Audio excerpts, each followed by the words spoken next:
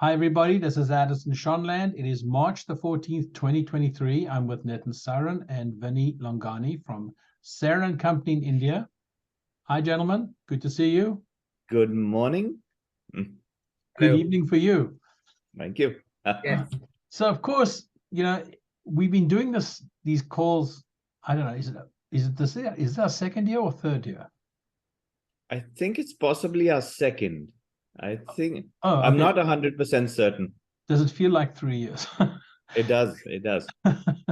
We started, I think, when COVID started. That's why I'm thinking 3. But anyway, and every time we talk, we've kind of moved away from the horrible COVID sadness to what is going on in India. You guys now have the record for the biggest airplane order. Are ambitions running wild there? No, I think it's more than ambitions running wild. I think it's a very appropriate move. In fact, just going back to the specifics, we were pleasantly surprised on Valentine's Day, the 14th of February, with the announcement of this Air India order, which is a massive order. And I think without going into the nitty-gritties of how many aircraft have been ordered and what they're going to do, etc., I think it just shows a lot of the mindset of where Air India comes from, where the Indian mindset comes from. And I think to a very large extent, it also recapitulates the very glorious past that Air India had. So I think more than that, it's, of course, we've had several years of dominance by the Middle Eastern carriers. So I think this is a move where you're banging the bell, saying that, look, we are major players in the market now. So overall, a very, very positive move.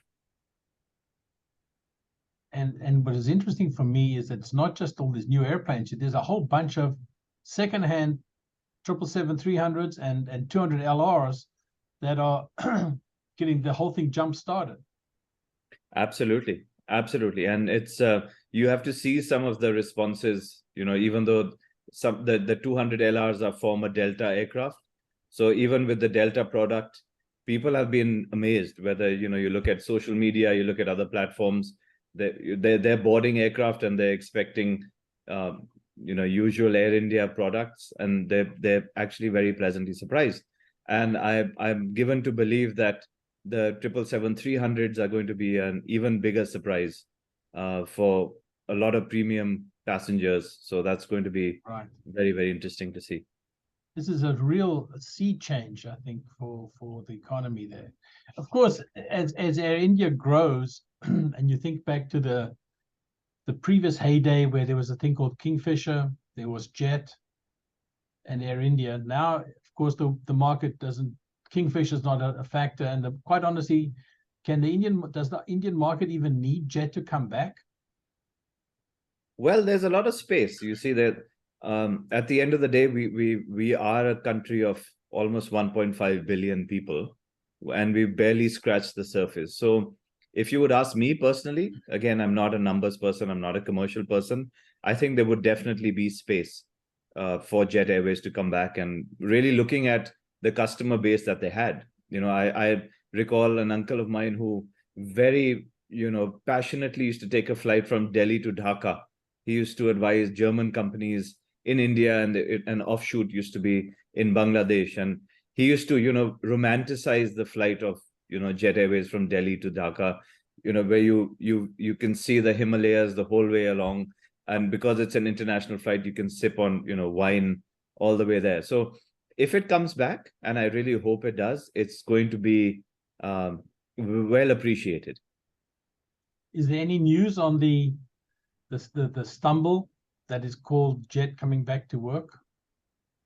Well, unfortunately, when I've said this several times, and whenever you're in the hands of a legal system, of a court system, everything is unpredictable, because there's someone else who's making the determination for you, and no matter how clean or how good your bona fides may be, it is a third person who is trying to be the equilibrium, trying to be the fulcrum between several competing parties, and who will, come to the decision, whether right or wrong.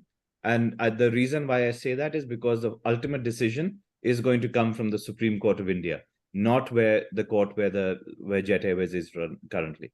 Right. Excuse me. Another thing that I noticed that was interesting was the news from SpiceJet.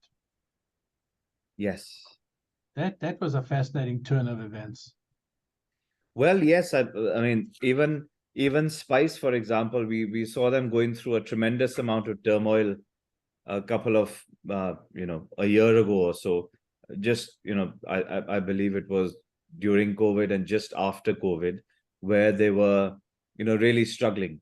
We were personally involved in our professional capacity in a few transactions, and they went quiet for a long time, which is a good thing. And from a legal perspective, in the legal industry, we see them at various events where they're trying to. We do know that they're being extremely interactive, extremely open with their with their clients, aircraft lessors, basically. Recently, yes, there have been a few hitches along the way, but again, we are not privy to the exact facts in those cases. IDERAs, under the Cape Town Convention, were filed. Aircraft were sought to be deregistered unilaterally, but overall, I think these are small little blemishes along the way, and let's see where they end up. I think it's interesting that you see a lessor take a strong line. We saw this Monday in Canada, Flair had a few airplanes taken back by lessors. I would imagine after the debacle that's called Russia, if you're a lessor, your risk profile and your tolerance is close to zero. Yes, that is a fact. But having worked with a lot of lessors, I know that COVID has taught them a lot of patience, irrespective of Russia, where they really have bent over backwards to work with the airlines. And if they were going to take an extreme step like unilaterally deregistering, they've really got pushed against the wall. There's no other reason why they would do such a thing. Either they're getting pressure from their internal management or from their own financiers. So it's anyone's guess, but for them to take that step is a very grave step. So it's not taken, seeing it from our perspective, where we pull the trigger for our lessor clients, you will do that really once you're flogging a dead horse. So right. It's not an easy decision. Right. Of course, if you're flogging a dead horse, then that doesn't say much positive, I guess, for the operator. Well, that's true. That is true. But again, we have many others who could also have fired shots who haven't. So right. that kind of keeps us guessing as to whether it's a specific issue in this circumstance or not. Now the next shoe in the multiple of shoes dropping here this on this call, Indigo seems to have telegraphed or signaled that they have a super huge order planned, so much so that they're entertaining talking to Airbus and Boeing to obviously get the best pricing. That's a very, I don't want to say aggressive, but let's just say that's an unusual step. The biggest customer for Airbus is going to talk to Boeing. I mean, well, it's also on a day where you see the first 777, which has been painted in indigo colors. Yeah, so that. As they say, aviation is a game of whoever gives you the sweetest deal. So again, I'm not privy. I'm going to defer to Vin for his commercial sense on what he's hearing about these orders. But again, I'm not 100% certain, but I'm not surprised. They will go wherever the wind blows with the best and sweetest deal. Right. Yeah, well, I guess you see, in my opinion, when you cross the 300 aircraft mark in your fleet and you want to grow beyond that point, people seem to forget that Indigo has a substantial ATR fleet also. They operate 2 fleets currently already. Everyone seems to think, oh, there's only the Airbus fleet. Well, I know, well, ATR and Airbus are sort of linked in some sort of way, but it's still a separate turboprop fleet and a jet fleet.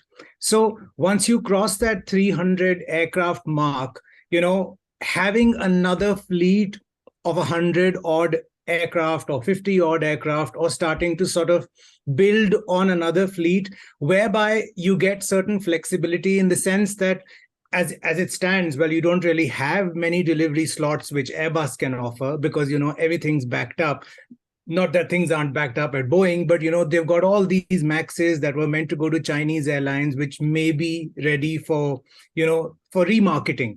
And if you get a good deal, and if you can sort of, well, working with 2 OEMs sort of helps you hedge your bets and get a better deal. I mean, all large airlines work with both. So, and because of the kind of scale that Indigo has achieved now, I mean, they may be able to add a third fleet and grow that simultaneously.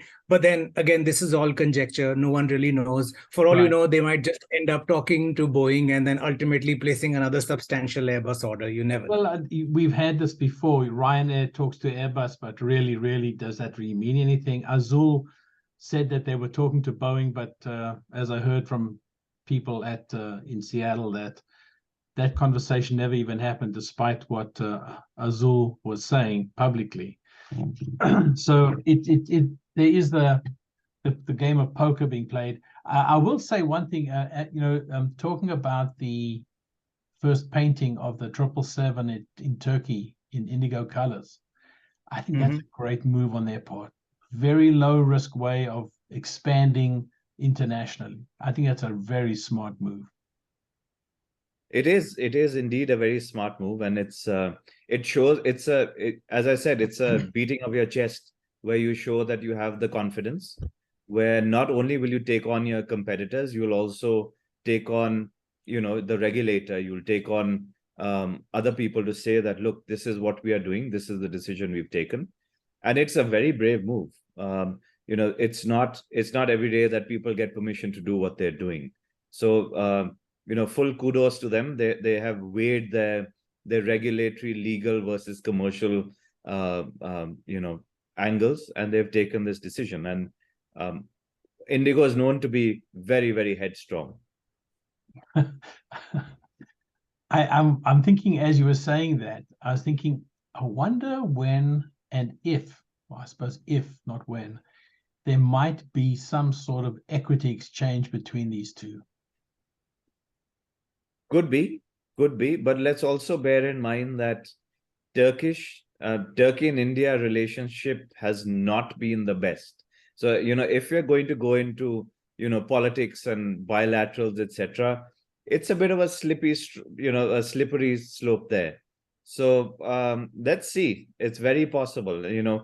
I'm haunted by these thoughts of, previous persons who were slated to head Air India who, were shot down, or, who weren't, who didn't take up their role purely because of where they came from. So there's not a lot of love lost there. So either there's a huge commercial interest, which is the end game, which of course it is.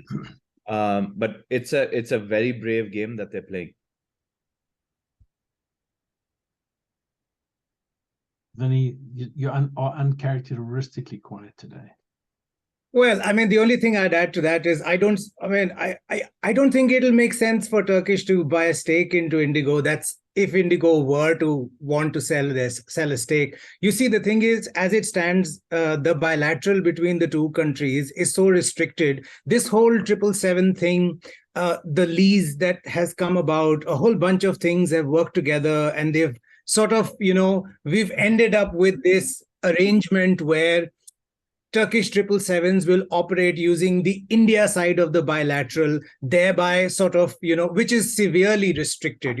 You can only have 14 frequencies a week from each side. That's all that you get, on the bilateral. So apart from this, unless and until the bilateral is expanded, I honestly don't think Turkish will get anything else out of Indigo. And as far as Indigo is concerned, they get access to Europe and I guess America using this code share arrangement, which I must add, is not permanent. Indian rules say that, you can only do this arrangement for X number of months. So this is not permanent. And, unless, of course, they continue to get this exemption from the ministry and the DGCA. Right. So I honestly don't see a stake sale arrangement happening there. And then, I mean, like I said, it's obviously subject to Indigo wanting to sell. So would they? Well, no one really knows. And just to quickly add to that, when you're selling a stake in an Indian airline, the prerequisite is to have all of the people, the shareholders, everyone approved from a security perspective. And that ties into the diplomatic relations between the two countries. So it's an uphill task, to be very honest, in my opinion. Well, we're talking about it as a one-way. What about Indigo buying a stake in Turkish? Well, that's probably going to happen one day, if not Turkish, but I'm sure the way how aggressive they are. Right, you wouldn't paint an airplane unless you're thinking about that airplane being used for quite a while. Absolutely, it's a big move. Yes, right. It's bold, very bold. And Vinny points out that there is a sunset by Indian law to this agreement in X months, but there must be a strong sense by both sides that what. This is probably worth it.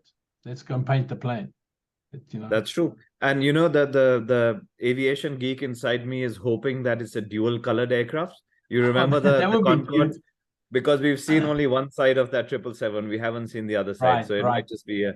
That's like KLM Northwest did that to a DC-10, absolutely. Remember? Yes, I do. And the BOAC weird-looking Concordes, thing. Yes. Very weird-looking thing. You've had an air show recently. Anything come out of the air show that was interesting and unexpected? Well, not particularly. Not particularly. No, I unfortunately couldn't attend this year. Oh man. Yeah, it's I'm hoping for Paris, but the interesting thing I think that we could probably wrap with this issue is Boeing and Airbus both investing now in India, which I think is a very great, it's a strong step. It's a great signal from both the OEMs about the future of that market. Absolutely. And I think you may or may not have noticed, but a lot of the announcements were made by, through our present government or the prime minister. So whether there's I wouldn't call it pressure, whether there's a lot of saying that okay, you're doing this, but also please give us something else in return for the Indian people. It's not the first time that we have seen this. It's whether it was Boeing who set up its MRO, the MRO for Air India, etc. Right. So this is not the first time we've seen this. And India has, even from its Gift City initiative, from all initiatives, is trying very hard to be a self-sustaining, self-sufficient unit. And I think we do command that ability to say that, look, we are giving you so much. We look for, a little bit in return, which will benefit our people in general. And I really think it's just a sign of that. And it's a very small amount in the long run of, what will be expected from Airbus or Boeing, and a huge win for the country and people in general. Right. The conversion program for the freighters, I think that's a big business. That's going to build a deep skill set at that company and for the benefit of India generally.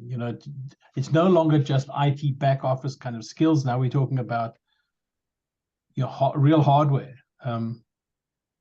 Absolutely. And look, we're not talking about a final assembly line. We're talking about something that can keep trickling in, whether you're talking about old aircraft coming in for conversion. That's the real meaty stuff.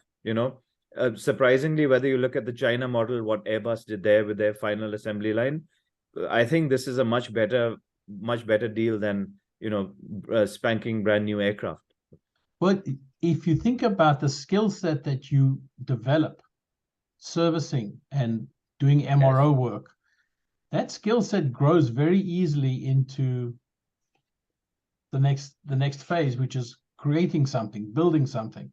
You look at the Indian fighter, the Tejas. Mm-hmm. How do you guys pronounce it? Tejas. The Tejas.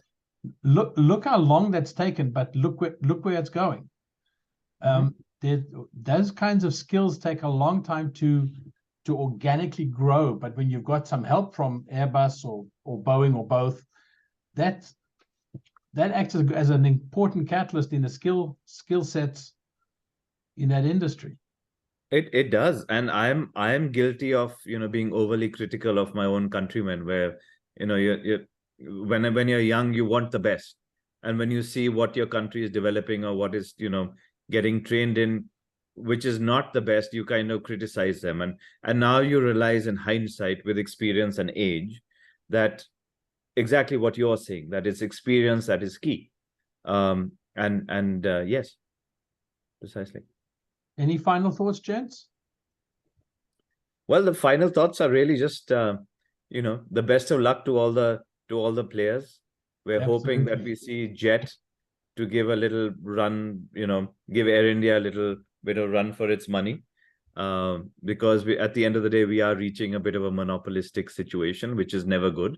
You don't want to end up with just an Airbus and Boeing. Right. But let's see. We're very positive in our outlook, and we're very happy about the other ancillary aspects which these massive orders are going to create.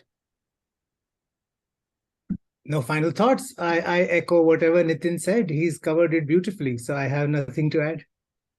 All right, gentlemen, nice to talk to you. Same here. Thank you for having us. Okay.